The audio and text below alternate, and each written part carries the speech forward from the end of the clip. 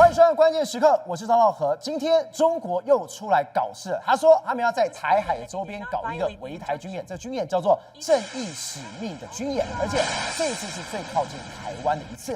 照理来说，现在应该是台海最紧张的时刻，但是没有想到的是，就在台湾要怎么反应的时候，有一个国家比我们跑得还要来得快，这个国家是日本。他说什么？中国军方宣布在台湾周边进行军事演习，严正警告台独势力跟外部干涉势力。此举是赖清德政府跟高市首相台湾紧急状态言论的警告。你看到没有？高市首相。可是这4个字让中国真的是快要疯了。为什么？因为这是他们最不想看到的事情。当我今天围绕着台湾，那关你日本什么事？你为什么突然要跳出来呢？这代表日本的态度已经完全拿了出来。台湾有事，真的就是日本有事。那为什么中国要这么怕到又弄一个军演呢？原来就在日本的冲绳有一个叫羽流麻市，这边有一个很神秘的9000人部队。这个部队原本要后撤到关岛，但最近他们决定要驻守在冲绳。这一支部队是美军里面最精良、武器拿最好的，而就是因为这部队成为习近平心中的一根刺，这根刺让他每天晚上都没有办法来睡着。好，我们先来介绍今天来宾，第一位财经专家黄世聪，大家好；时评员张宇轩，大家好；专业专家林廷辉，大家好；好，最位资深媒体人吴正峰，大家好。好，稍后还有资深社会记者林玉峰会加入我们的讨论当中。世聪，今天大家都非常关注这件事情。当中国喊出我要军演，明天就要来了。这次军演，第一个是实弹的，第二是什么？是离台湾最近的一次。结果没想到今天这个军演一丢出来之后，日本媒体不断的报道，我心想，他们应该是关心台湾事，没有。他认为什么？你这次军演就是冲着我来，没错，你冲着我日本来的，这就代表一件事情，这是中国最不想看到的一个事情。当今天日本都已经跳下来了，这代表台湾有事，日本有事，是完全坐实的。没错，继前几年的这个联合利剑啊，还有海峡雷霆的这个军演之后呢，今天早上的时候，中国又宣布说，我们要开始实施所谓的正义使命2025的这个演练。那同时间他还说什么？他说，我从明天呢开始就要所谓的这个实弹军演。实弹军演的时候，在30号的早上8点到下午6点这时候呢，为了安全有关的船只呢，还有飞行器呢，不要进入上述的区域跟这个空域这样的状况。哇，讲的煞有介事的这个情形啊。那当然我们国防部也不是省油的灯，我们国防部马上就公布说，你们在军演的时候，我们有派出 F-16监控你们这个相关的歼16机型的这个照片。我抓住你了，你不要跑。我们就给你还有海上一系列的照片，告诉你什么？我们台湾是在紧盯着你们这一次的军演的这个状况。好，那样照理说，过去历次你只要发布这种军演的时候，我们台股绝对会有时候被吓到，但今天完全没有吓到。今天我们台股还创下历史新高，收在28810点的历史新高，台积电也创新高。我就讲，这一次你的军演的时候，那不是就坐实了这个台湾有事就是日本有事这件事情吗？你看台湾这一次这个被军演包围的时候，你看日本媒体还有日本所有的政治人物都在看你这一次要怎么样的一个状况，而且他们是第一时间马上就跳出来了。对，没错，他说你的举动是在对赖清德政府还有高市首相的台湾紧急的言论的这个警告。另外一个，因为有一件事让这个中国人完全无法接受，就是美国在这个地方，在冲绳呢，准备布一个9000人的神秘部队在这个地方。对，这个神秘部队呢，可能就是万一台海发生冲突的时候，就会最快抵达前线的一个美军部队。所以冲绳它是对中国的第一线。对。哇塞！也就是说，这些林总总来说，美国、日本的态度当然让中国无法接受。所以他今天才要弄出一个叫做“正义使命2025”的这个军演。这个军演来说，看看能不能够吓美国、日本的一个状况。而且为什么要说吓？来，你看到这张图，今天一早大家看到什么？又是梗图。对，正义之盾。像在搞什么东西？对，没错。你看，他就是故意要封锁我们的外海的这个状况，包括说像高雄啦，还有封锁巴士海峡，还有封锁我们东部的这个港口嘛。这个是台北港这个地方，然后控制这个台湾南北2个海域的一个情形。可是你看，他这次还弄出一个正义之盾。好，那正义之盾来说话，赵文那很有意思哦。你看他这个盾牌里面说，我们来仔细看。81是他们这个解放军的这个 logo， 对不对？对。然后还有万里长城，代表是什么？中国的长城之盾。好，那长城之盾主角什么呢？我们来仔细看哦。这里面我们要看这个美港，它这上面的这个 C-13洞的这个运输机，这个是什么？这是美国的军机啊。那这是美国的船只啊，什么意思啊？就是说我用这个盾牌，这是在北部的这个宫古海峡这个地方挡住你们美军来犯。好，另外一个。在这个地方还有另外一个盾牌，对不对？这是在南边巴士海峡，在巴士海峡这边是什么？如果你仔细看，这是核子潜艇啊，这是美国3艘维吉尼亚级的这个潜艇啊被拦住的一个状况。对，所以就说呢，我们正义之盾呢是要什么破除你们这个美军啊或者日军来驰援的这个，所以你看他这一次的演练的动作里面来说，就是要破除你来这个参战的一个状况嘛。不过跟他讲，事实上他这一次的军演里面来说的话，我就讲这次军演来说的话，为什么他们这次你看。他这一次在宫古海峡这个地方，他完全都没有弄，为什么？因为他们前一阵子不是还穿过宫古海峡这个地方吗？他们的这个所谓的这个辽宁号不是穿过宫古海峡，原本要往北上，北上就碰到美军，然后美军来的时候他们就回来了。所以这一次来说的话，你看他连这个地方会靠近日本领海的地方，他一个都不敢放。对，他过去曾经在裴洛西的时候来台访问的，他是围着的。对，没错，他这一次在这个地方空出来了。也就是说，他上次在这个地方呢有一点点吃瘪之后，他现在也说好了，那反正这一次呢，表面上他是说围困台湾，但是他这一次你看，连日本靠近的地方他都没有相关的军演的动作，所以他也很怕说会有擦枪走火的这个状况。我们从这些你就可以看得出一个端倪。好，那我们就讲，事实上这一次的这个军演来说的话，你看连日本媒体都大幅的报道，因为刚好在高市早苗发表了这个台湾有事就是日本有事的言论之后嘛，你看日本媒体，你看 TBS 一大堆媒体都在报道这个状况，你看。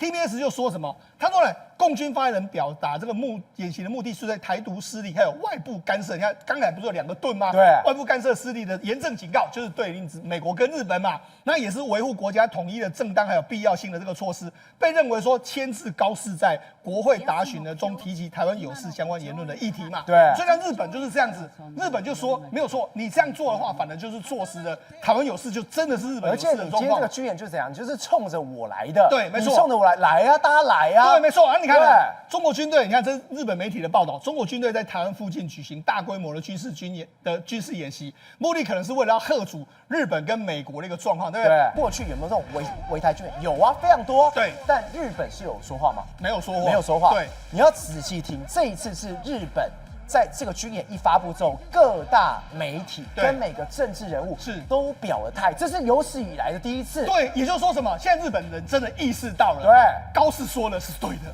就台湾有事是真的，日本会有事，所以你看就是这样子啊。所以我就说，你这样的动作反而让大家觉得说没有错啊，日本真的会被卷入战争的一个状况嘛。好，那我们要讲原本的美军有一个构想，他原本想要把在冲绳的驻军往后撤。为什么要把它往后撤呢？因为他认为说，万一第一岛链出问题的时候，我冲绳前线的部队可能会被攻击嘛。所以原本美军有这个原本的他有所谓的这个美军陆战队的步兵部队叫做第4海军陆战团，他原本要把它转到关岛去。他说，我们到关岛去，那如果作战的时候我们可以往前线来啊，对不对？然后他现在就说没有，我们把它改变成具有快速反应的部队的这个构想，然后该部队他会续留在冲绳这个羽流麻市下面的海军陆战队的第3远征军的这个下面。那中国马上就 keep up， 中国媒体你看啊，日媒炒作台湾有事，然后美军就放弃了撤离冲绳这件事。你看哦，日本想借由渲染美国对日本的这个支持，那美国则想利用日本这枚旗帜进一步加强所谓的第一岛链的防守，伤害的是日本当地居民的利益嘛。所以说原本要把它撤到这个后面去了，但是因为这个这个中日紧张，我又回来了这个地方，这样的情形。千万不要忘了哦，关岛已经到第2岛链，对，冲绳这个羽流麻市是第1岛链哦。所以你可以看中国，他这个态度出来之后，对，他是气炸了。你怎么这样子搞？你这样搞，我都吓死了。好，那原本是这样啊，因为原本的关岛在这边，对不对？因为关岛到台湾来说是3000公里以上，对。那你看，事实上从这个冲绳到这个地方只要500公里，所以原本美国是真的想要撤守，但是问题是你现在中国挑衅了日本。我们就讲美日安保是最重要的，那怎么办？那我就只好再保到前线来嘛。那他们目前在演练什么呢？他们目前为止他们就说，你看他们在海上演练，海上演练要干什么呢？第一个，他们在海军陆战队来说的话，他们如果真的讲到投射兵力的时候，对，当然可以空降，但是必要的时候他们可以用这个轻型的这个装甲车，然后搭配这个8C AAV 的2栖突击车，所以你看他们都坐在这个所谓快艇上面，或者在突击车上面，对，也就是说真的要登陆的时候，他们可以在浪高3米的这个浪中呢，可以慢慢的登陆作战。3米大浪不是开玩笑的。对，没错。所以你看他们有无人机，然后还有这个轻型坦克，还有轻型的这个装备，然后可以登陆之外，另外一个我们就说嘛，我们都认为说啊，这个反正住在这个地方的这个什么海军陆战队，哪有很厉害？第3远征军哪有很厉害？照我跟他讲，美国海军陆战队来说有自己的空军，他自己的空军有什么？他在这下面来说还有第12飞行大队的这个 F-35B 哎，所以他有 F-35B 哦，所以等于是在这个地方他可以有 F-35B， 然后第1航空队还有包括说 AH-1 的这个眼镜蛇的武装直升机。还有 CH-53的这个种马直升机，所以它等于是战斗力非常强，不论是要攻击人啊、攻击这个所谓的坦克啦，然后甚至还有 F-35B 可以同时支援，然后地面上的话，远征部队的这个前进的这个快速打击部队，他们有非常多无人机、轻型的武器，然后必要时候呢还可以用这个突击车快速的登陆，这是他们的整个想定。这个军队目前要部署在冲绳这个地方，那你说这个会不会对中国形成很大的压力？万一真的台海出问题的时候，他搞不好就是第一批军队来到台湾的嘛。那你知道吗？事实上，他们现在这个根据美国的军方媒体的《星条旗报》就说什么呢？他说了，驻日美军呢计划在年末重新派兵在冲绳街头持枪巡逻。对，好，为什么要持枪巡逻？因为这个当地的这个很多美军在这个地方嘛，他们要维护美军的这个状况，而且还可能不再由这个当地警方陪同。真的假的？对，过去他们是不能够这样做，结果是日本警方陪同，是，就这次没有，是美国哪需要我自己出来，我带一枪荷枪实弹的巡逻。那我跟他讲，那为什么他们可以这样做呢？第一个，因为冲绳民众当地来说的话，反对声浪也比较小的，所以他们愿意让他们来。再来就是日本现在也意识到说，真的我们好像冲绳没有美军是不行的哦。好，那所以你看这是一个非常有意思的这个变化。另外一个就是他们目前为止的小泉进次郎来说，你看他们在这个他最近常常在西南诸岛或者在冲绳这边走来走去嘛，好，他就说人家就问他说，那你看到了什么？他就说，关于我在那边看到了什么的话，跟怎么样的这个部队有交流啊，这些内容我都不能够对外说明啊。他看的叫什么？叫做特殊作战群。对，没错。这我们之前在节目上面是有讲过。是。但什么？他是一个戴那个黑色套子。对。黑色头套一戴上去，你长什么样子？你是谁？根本没有人认得出来。对，没错。他这个很神秘、很精良的部队。对。好，那他看了这个戏，他就说不能够讲。但是问题是，很多人都认为说，我要套小泉的话嘛，那就继续问说，那你还能不能够讲啊？然后他哪些内容不能够公开啊？对。然后小泉进场就说，我们绝不会透露自己的底牌哦，底牌所以这个底牌，这个是一个特殊作战群，是日本的底牌，那到底是什么？他们的 S 牌？对啊，不知道。他们目前为止还有一个金刚级的神盾驱逐舰叫海鸟号。就他们有这样子的这个驱逐舰，就是金刚级的驱逐舰。那他们怎么？他们跟美国买了什么？跟美国买这个战斧巡弋飞弹。那这种巡弋飞弹，他们要整合在一起。整合在一起是什么？未来可以从这个日本的这个神盾级的这个驱逐舰上面发射出这个战斧巡弋飞弹。对。那目前为止来说他们已经在相关的测试场测试。为什么？因为这个巡弋飞弹来说可以命中1600公里以外的这个目标，所以这个等于是说，这个飞弹如果装在日本的这个神盾级的日本的这个金刚神盾的这个驱逐舰上面来说的话，哇，那可能是威力大增。它根本是什么捆龙锁都全部开了。对，1600公里，这非常远啊。所以等于是说，你看他要继续购买这些。好，那除了我们讲日本的这个军力在往上提升之外，我们要讲到一个人非常有意思，因为呢，这个叫拉奇他是谁呢？他是安杜里尔。安杜里尔就是我们知道在俄乌战场上面这个算是发光发热的这个自杀无人机攻击的这个创办人嘛。就没想到，因为我们台湾不是跟他买了非常多这个无人机吗？对。就因为他交给台湾，就没想到他就被中国来要求制裁。他就说什么？哎呀，我因为这个无人机交给台湾了，遭中国制裁，他就说我好像收到圣诞礼物一样的这么开心。而且他很坏，他直接放了一个什么来？我们看到这张图。金色的维尼是没错，太坏了。对啊，他就说我收到日本的这个中国制裁，收到中国制裁，他说没关系，我还受到了俄罗斯还有白俄罗斯的制裁，所以等于是现在3个国家都这样。他就说什么制裁通知书已经裱框列在我的办公室的墙上，当我觉得很累的时候，我抬头往上看就会微笑，它是一种装饰品啊。而且他手还这样子比起来的时候，我真的觉得我每次看到的时候，我都精神抖擞，太开心了。好，那除了这个之外，你看他马上。在接受媒体访问之后，他马上就拿出一个这个电路板出来，就类似这样的电路板。那这个电路板要做什么呢？他就说呢，我们未来在日本呢，我们会做非常多的无人机，因为他前一阵到日本去说，他就说我们会做各式各样无人机。那各式各样无人机来说，他就说我们所制造的无人机，就这款无人机里面没有任何中国的东西，包括碳纤维。塑料，还有实际的这个飞行的这个相关的晶片，都完全不是，而且都是用日本的这个机体电路，全部都是日本元件，100%是日本的这个零件。所以这什么意思呢？你知道吗？事实上，日本呢，在过去2战的时候，它有非常强大的军工制造能力。对，军工制造能力就是什么？它原本就是军民两用嘛。那现在慢慢的，你知道。美国打开了日本的捆龙锁，你看现在三井、三菱那些，他们有开始在做一些军工。未来这大量的产能来说的话，可能可以直接导入到他们这个日本的技术，可以开始大量生产这些无人机嘛。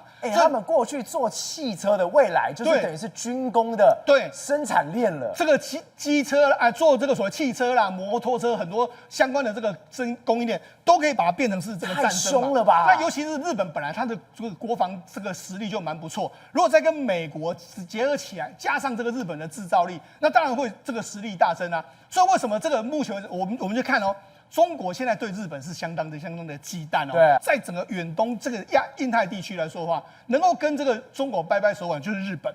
日本一旦后面有真的美国在后面的时候，其实这对中国在亚太的这个地方来说，会形成非常大的这个威胁。宇轩，我们刚刚特别提到这个人 Lucky， 为什么是要提到他？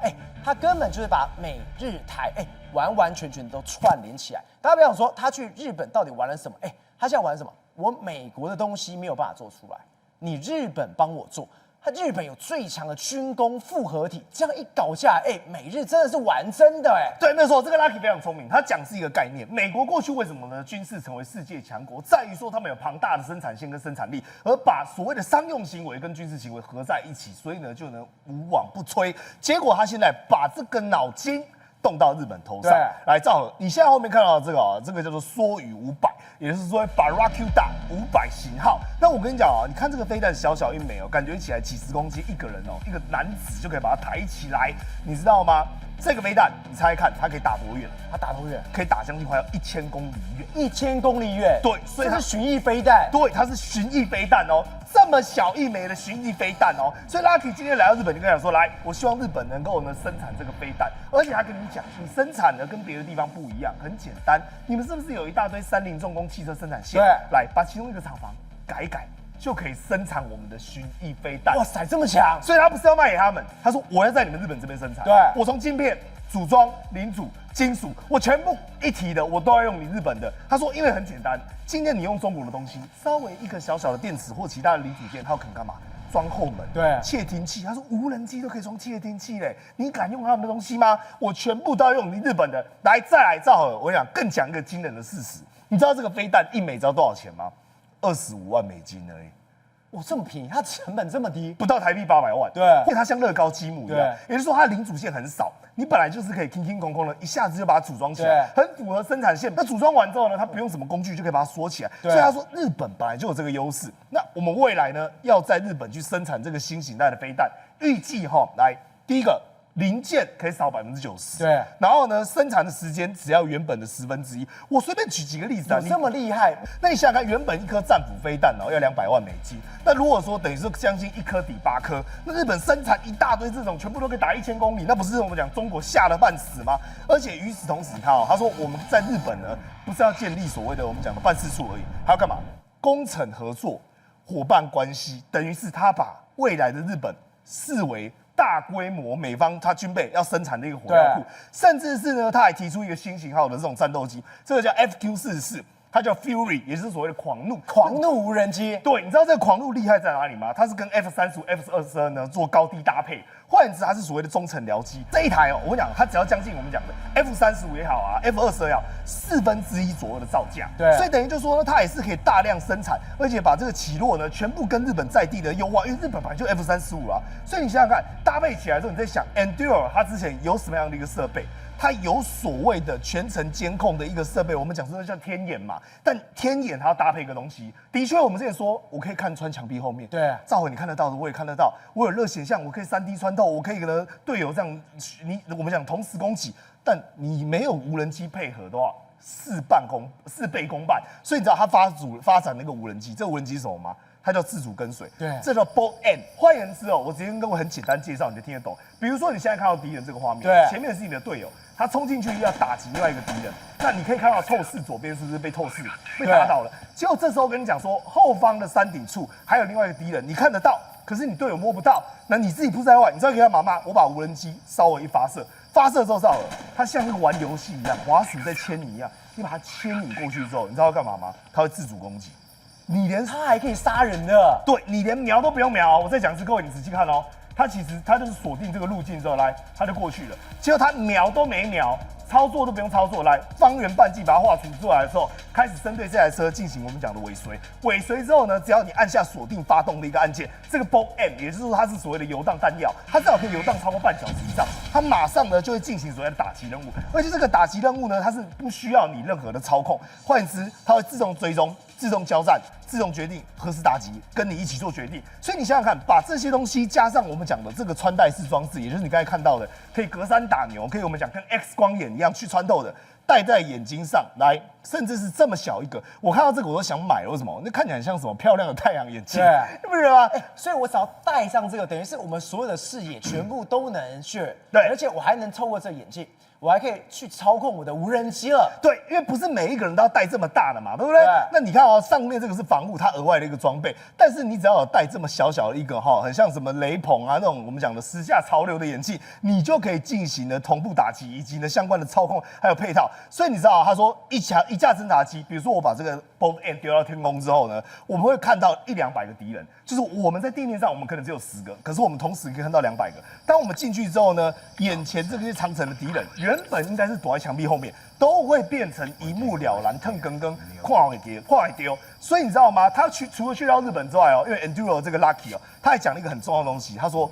为什么秋叶原这边有很多游戏开发者？对，等于就是说呢，这些游戏开发者呢，他对于一些想象力，甚至是呢，包括我们讲的电脑啊，甚至我们讲 coding 的一些架构，其实他非常熟悉。这个电磁炮是之前川普说要做这个所谓川普级航母药，就你美国没有办法做出来，日本可以做出来的。对，而且真的实装了，他真的装了。对，他们现在都装在床上，所以那个船上然后做模拟实验。也就是说呢，如果真的有可能的话，我们要怎么样去使用？所以你想想看虽然说现在它所需要的电力非常庞大，但是一旦它商业化，一旦它进行所谓的实战化之后，将会成为难以阻挡的一个动力。体卫，今天大家都在看，明天就要实弹操演，全部人都在问一件事情：现在的解放军他真的可以打吗？千万不要忘喽，他们之前这个东部上将才刚刚上来，我真的不知道为什么他突然直接说我要军演，我要军演。另外是什么？现在上将都已经反腐贪腐的关系都清扫光光了。对，真的差很多啊！在去年来讲的话，只差1年而已哦。原本在这个上将的晋升仪式上面呢，基本上今年已经少了16个上将，这今年的，今年才这样几个人而已。那前面就是4位，就目前的军委会的委员也就是说，习近平是主席嘛，然后旁边2个，一个张升明，一个张又侠，2个都是副主席，然后再来一个刘振立，所以这些是上将。背后那2个呢，就是空军的，就这一次升官的这一次来讲的话，就是东部战区的这个杨志斌，还有这个韩胜言，这2位呢，其实你看到。一当上任之后呢，接下来杨志斌马上新官上任3把火，对，就马上进行这个东部战区的这个军演。对，因为你看到最近来讲的话，风风雨雨都是在讲什么？都是中国跟日本之间的这种关系。对，中国使出的各种招式来讲的话，完全没有用，因为日本人根本不理他。因为日本来讲的话，有更多的招式来对付中国，所以现在的中国来讲的话，出到最后一招怎么办？我就来试试看，你来围台军演，我围台看看。对，围台军演，你不要被这个东部战区的文宣骗了，因为东部战区的文宣除了做一些 AI 的文宣，做一些什么？你看那个画那个图五张狗皮药膏那5张狗皮药膏的上面的那个画面啦，你看到一个正方形，2个长方形，对，2个平行四边形，对。以往来讲的话，或许画的还比较专业一点哦。什么叫画的专业一点？它至少有一个凹度，一个曲形。那时候联合利剑2024A、2024B 都至少有一些让人家感觉到比较像军事方面的。这个连小朋友，连那个幼稚园都画得出来啊。对，我告诉你，他怎么画的，就是拿个尺，然后把它画个正边，这个假的正方形，画个长方形这样而已。那一个堂堂的一个严肃的个军演，你搞到只画个平行四边形，画个长方形，画个正方形来糊弄大家。那个正义使命，你把它英文拿出来看，它就是用 justice 这个字眼。那我们知道说哦，战争啊，基本上来讲的话，要分成两种，一种叫正义之战，一种叫不义之战。什么叫不义之战？就是非法的战争。对。那什么叫正义之战？就是合法的战争。那现在合法的战争，你要让一个战争手段变成合法的，它一定要去诉说它的什么东西？一定要诉说它的合法性嘛？那个合法性是什么概念？就是内政化。所以今天来告诉高市早苗说，这是我内政问题，你不要来碰这个东西，因为讲了好几个月，完全没有任何的回应的情况之下，今天我就用这种方式来凸显我最后的激情。这个最后激情来讲的话，有可能是最后的高潮，接下来什么都没有。然后接下来你实战的东西，看能够搬出什么东西。然后现在的所有的军事的相关的部门，包含侦察部门，全部都集中在台海这个地方，包含全球的卫星都可能都在台海的上空。我就看着你，你要发射飞弹也好，发射什么任何东西来讲，任何军事参数来讲的话，各国都在收集当中，所以你不要自负其短。你到时候被自负其短之后，除了被笑之外，被笑还是一回事哦。重点是说，当你所有的参数、所有东西都拿到了之后，这时候又发生另外一个问题了。当我们回过头来讲到刚刚这东西，上将只有几个而已，除了习近平之外，现在目前的上将只有5个，对，然后加董军6个，董军还不，他只是国防部长，董军还不是军委会的委员哦。那这是6个上将来讲话，请问堂堂的200万大军的解放军，只有6个上将，你觉得这6个上将怎么带领这200万部队啊？你如果说你指挥官，因为部队来讲他都很听话，对，我叫你跑前面你就跑前面，我叫你打谁就打谁，对不对？啊，你这200万名的解放军，结果你那个上将只有指挥官只有6名而已，那怎么打仗呢？所以其实现在大家被看破手脚的原因在哪里？就是说你除了这个好像只是一个交代哈，这个应对高市早苗这个言论之外哈，然后做给川普看之外，事实上回过头来去看中国内部的解放军的领导体系的问题来讲的话，现在连上将都没补齐，那你要打什么仗？宏观取材，厘清真相，犀利精准，深入剖析，时刻掌握关键，新闻时事不漏接。老时段，新气象，我是钟浩和，关键时刻2.0全新出击。